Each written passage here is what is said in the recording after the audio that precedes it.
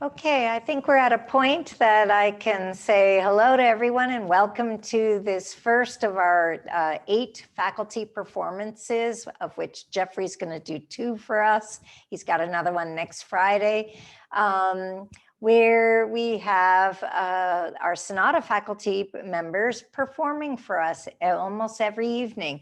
In fact, we have one that's playing at noon or 12:30 one of these days, just because he's in Finland and we've got to deal with time zones. Anyway, we're in for a real treat today. Jeffrey is going to be playing some incredible repertoire. He will announce each piece. We have a program in front of us, but there are a number of guests with us this evening, so he will do that when he comes aboard. Are you around, Jeffrey? Are you behind screen? Hello, hello. Hello. There he is. Hey. Great to have you. This is going to be loads of fun for all of us. Oh, thank you so much. I'm going to shut the speakers off on my laptop so that there won't be feedback. So I will take it from here. Thank you, Polly. Okay, good evening to everybody. So tonight I'm going to bring music. You may have heard at past sonatas a few of the pieces. So there's a new piece I wrote in October. If you weren't here in October for Piano Camp, I will be playing that for you as well. And there'll be a little surprise piece with a surprise guest. And I think you probably all have the program, but I'm going to start with a piece by Giovanni Allevi, who's a fabulous Italian pianist and composer.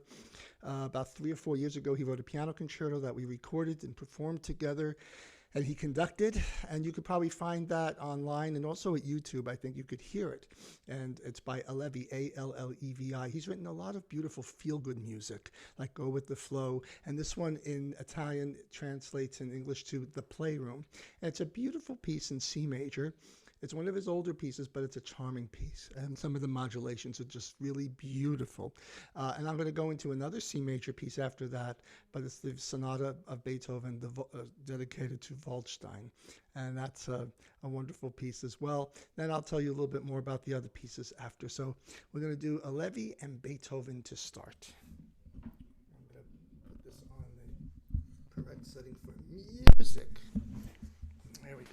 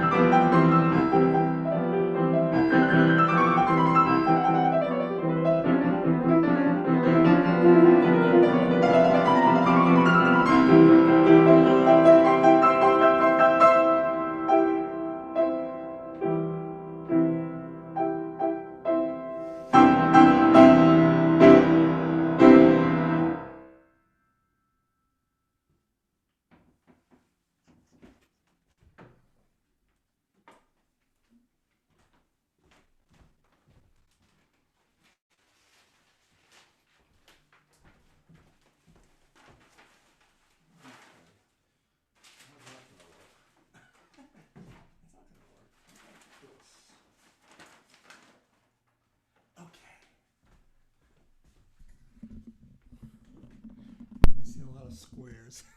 Like the Hollywood squares. I see lots of squares and names, and it's blurry because I can't see. Anyway, I hope you enjoyed that. It's always an adventure to play that piece. Thank you. I see like I see a little bit. I'm blinded here. Hope I can see the music. I have all the lights on. This is a new setup as for you all who have been at the camps. I've been using my other piano, which needs the doctor. It's been beaten up all year since last year. Since October of 2019, it hasn't been tuned. So it needs a little help, but it will get better soon. And I'm using my wife's piano, which is beautiful. It's aged. It's the same age. The two pianos are the same age, which is interesting. And it's aging very beautifully, so better than me. Anyway, so that's Beethoven. And you can hear in the Allevi the influence of the Baroque a little bit, and Chopin, and Beethoven, of course, expanded the piano repertoire tremendously, and the expectations and the limitations of the instruments of his time. I think he loved these pianos. So then we move a couple of decades later to Chopin. It must have been an amazing experience to live through, gosh, all those years of the great composers, one after the other after the other. One fed into the next, into the next, into the next. And one of the great Polish disciples of Chopin was Leschetizky, Theodore Leschetizky, who taught the beautiful singing sound. And his students kept the traditions going. I mean, basically, that's our job, to keep this going. It's such a wonderful repertoire. And so let me see. I'm going to do the Chopin Nocturne in D-flat major. It's Opus 27, number 2. But there's a few little things in there that Leschetizky does that's a little different from Chopin, but not much. Just it just makes it maybe a drop better. I don't know. It's just a little different, but it's his own little tip of the hat to the great Chopin. So here is the Nocturne. Let's see. Back to music. Okay. Here we go.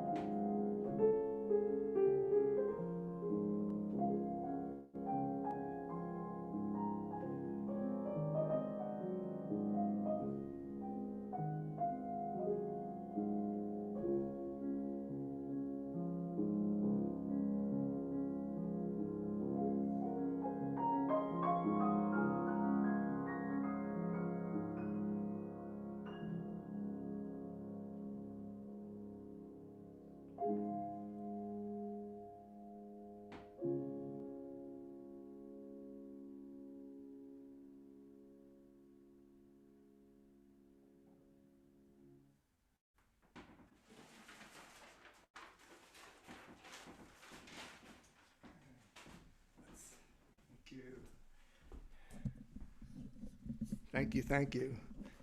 So, all right, so I have if I can get the music out, I could play, I'm fine.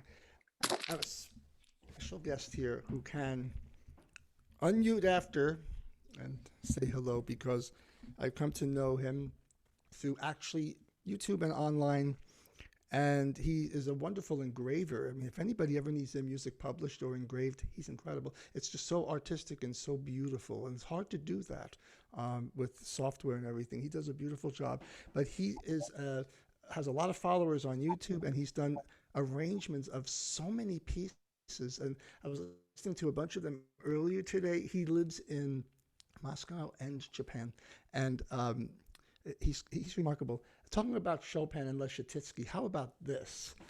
I'm not even going to give away what it's in the style of Chopin, but I'm not going to tell you the themes because you're going to know it. Where do you hear this?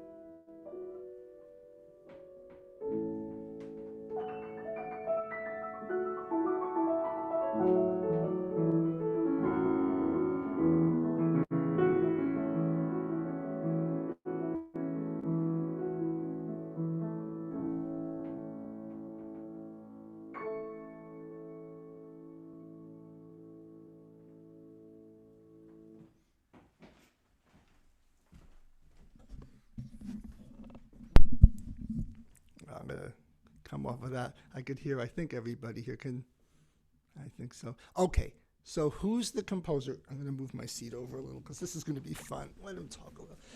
Leiki, are you there? Okay, I'm here. Here he is. And you could see him on your screen. His name is Leiki Yeah. Ueda. Are you And hearing he's me? in, yes, everybody hear you? Nice, nice, very nice. Thank you so I much. can see. Thank you. Yeah. Thank Hello. you. Hello, everybody. So here he is. And where are you now? In Japan? Yes, I'm now in Japan, and it's about 11 a.m. Yeah. Here it's about Oh, yeah, it's it's morning here. it's 11. Yeah, I mean it's afternoon Good here. morning. Oh, thank you. Nice, Well, nice. it's so wonderful for you to be here, and then I love your piece, and it's now going to be in the hearts of everybody listening, and maybe they'll all want to learn it. Where can they get the music though? How do people find your music Oh yeah, you to can. learn? I'm publishing on musicnotes.com, which is digital sheet music publisher. I think it's the largest digital sheet music publisher online in US. I think it's located in Wisconsin, and yeah, you can purchase that music if you want, and you can print it at home. So yeah, Terrific. Well, thanks for coming here in your morning. It's our night, and it's a pleasure to play your music and share it with everybody. Thank I'm you. truly honored. Yeah, I'm truly honored. Ah, Thank you so much. thank you. Okay, Okay. back to music. So I'm going to go back to this piano mode. I'm going to move the bench back, and we're going to go into, well, let me tell you what we're doing. Okay. Next is going to be a few fun pieces. Mendelssohn's Spinning Song from the Songs Without Words. I love playing this piece. It's so much fun. I always find new things in that. I think I figured out some new pedaling since I played it during the year, which is different than what I've done, but I was trying to get the spinning sound, so I'll try it out tonight. And then I'll talk about the next piece after.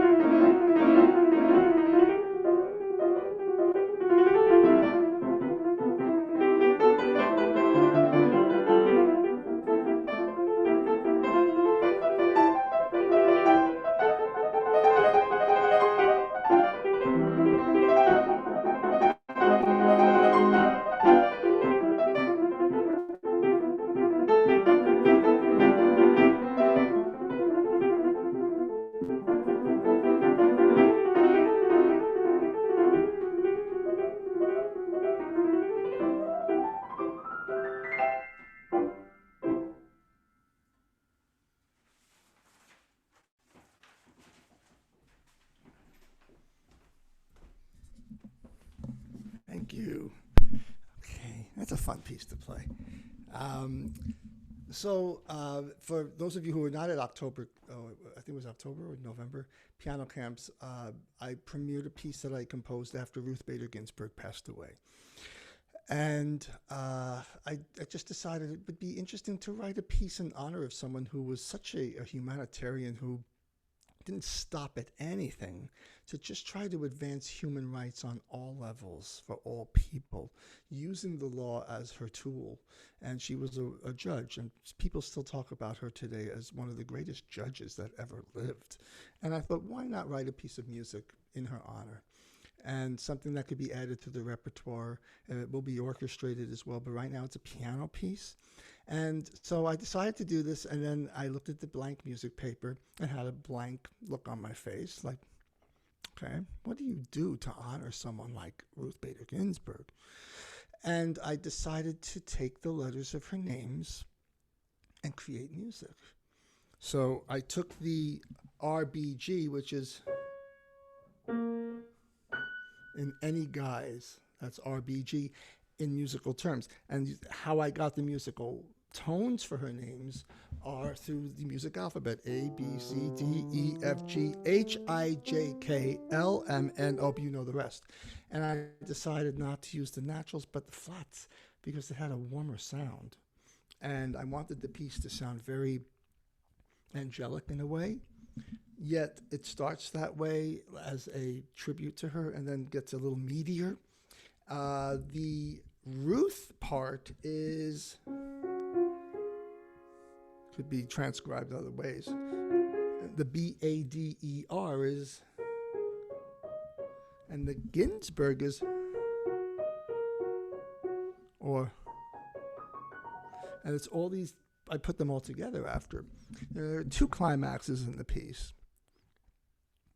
The first one leads toward all those letters and themes in one measure with the Star-Spangled Banner at the same time.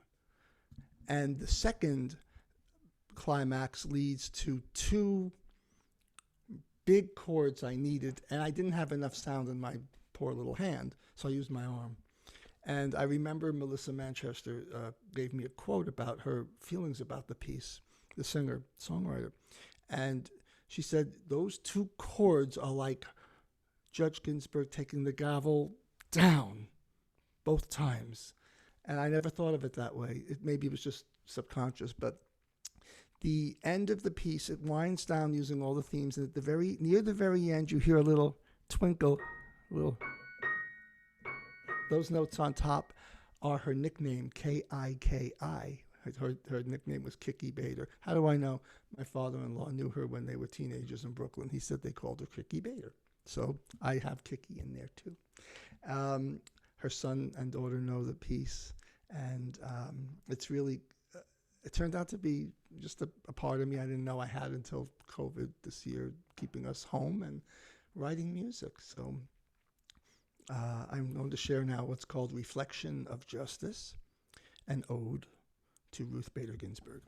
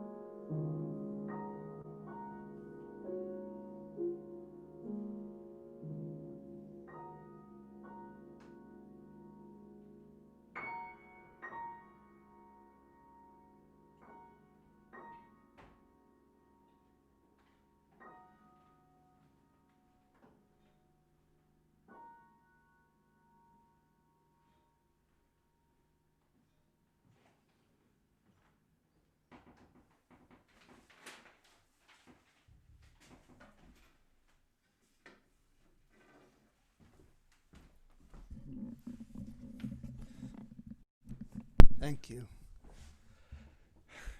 The lower arm chords are hard.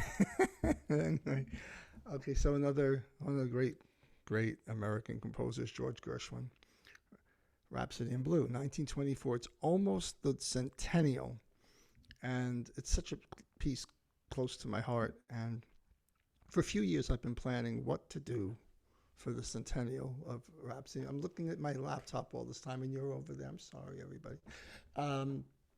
What to do with the centennial of Rhapsody in Blue?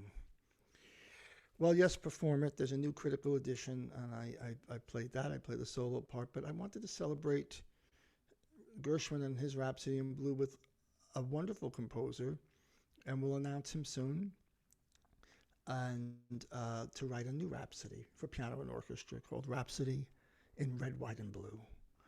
And I'm planning on this being a 50-state project in 23, 24, 25. It'll take about 2 or 3 years to cover the country, possibly some orchestras outside as well. So I want to dedicate this Rhapsody in Blue to John, who's here, because I know he loves this piece, and he's played it for his lessons with me. So when I think of Rhapsody in Blue, I think of John. So I'm glad you're here. And so this one's for you. This is the solo manuscript with, I don't know, 88 somewhat extra measures that are by Gershwin, not by me.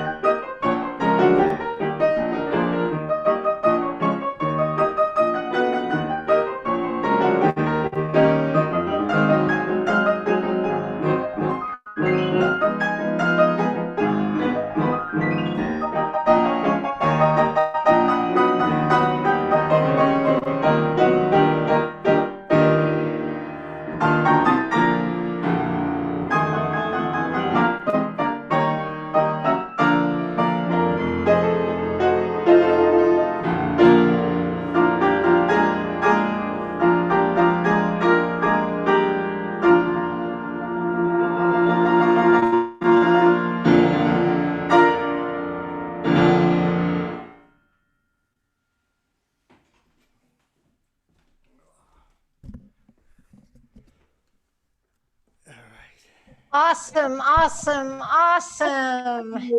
Thank you, Jeffrey. You made it. I didn't go as long as usual.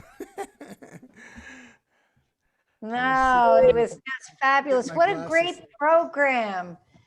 What a great program in terms of how you segued from one to the next, from C major to C major, then the Chopin Nocturne sequence, and then, finishing with the spinning song, and of course the Rhapsody. Just amazing. Glad you all enjoyed it. And thanks for being here. And Thank you. music's the best therapy, right? Oh, absolutely. You just put joy on our face just by us listening this evening. Terrific. Yeah. There, I have the cam there, and I have you all there, so it looks like I'm looking at you. Hi, everybody. I should actually. All right, now I could make it look. You're a little hard to hear, Jeffrey. How's that better? Thank you. Okay. Great. All right. Well, thank you all for being here, and from here to Japan. Ladies, nice to see you. Thank you. And I love your piece, and it was a nice way to start the first round of these recitals for the camp. And thank you for being part of my world and bringing me into yours. A lot of fun. Absolutely fabulous. Thank you for a wonderful evening, Jeffrey. It was our treat for sure. Absolutely.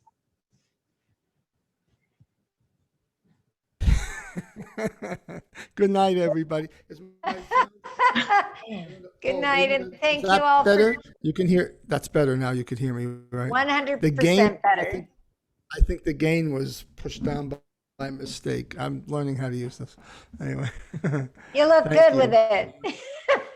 I feel like I'm on like some 1940s radio show with this. Yeah, absolutely. Wow. They work. So, yeah. Music is, as Leonard Bernstein said, if I can remember how he said this, music will be our reply to violence. And we'll make it even more noble, more beautiful, more devotedly beautiful than ever before. And, with no matter what side of a fence anybody's on, there's no room for violence.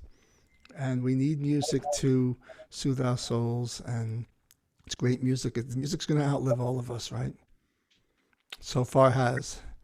So I'm glad that we're all here together. It's a new world this way, to see a lot of squares with people's faces and names, but it works. And we're lucky to have this. Oh, we're so full of appreciation. You probably saw this and it was all silent, but you saw us doing it. So thank you. Thank you. Thank you. And have a good night, everybody. Everyone have a good night. Those of you who are in the evening, and we will see you tomorrow for another day of wonderful lessons, classes, master classes, and concerts. Jeffrey, a terrific evening. Thank you. Thank you. Take care. Have a good night all. Bye-bye.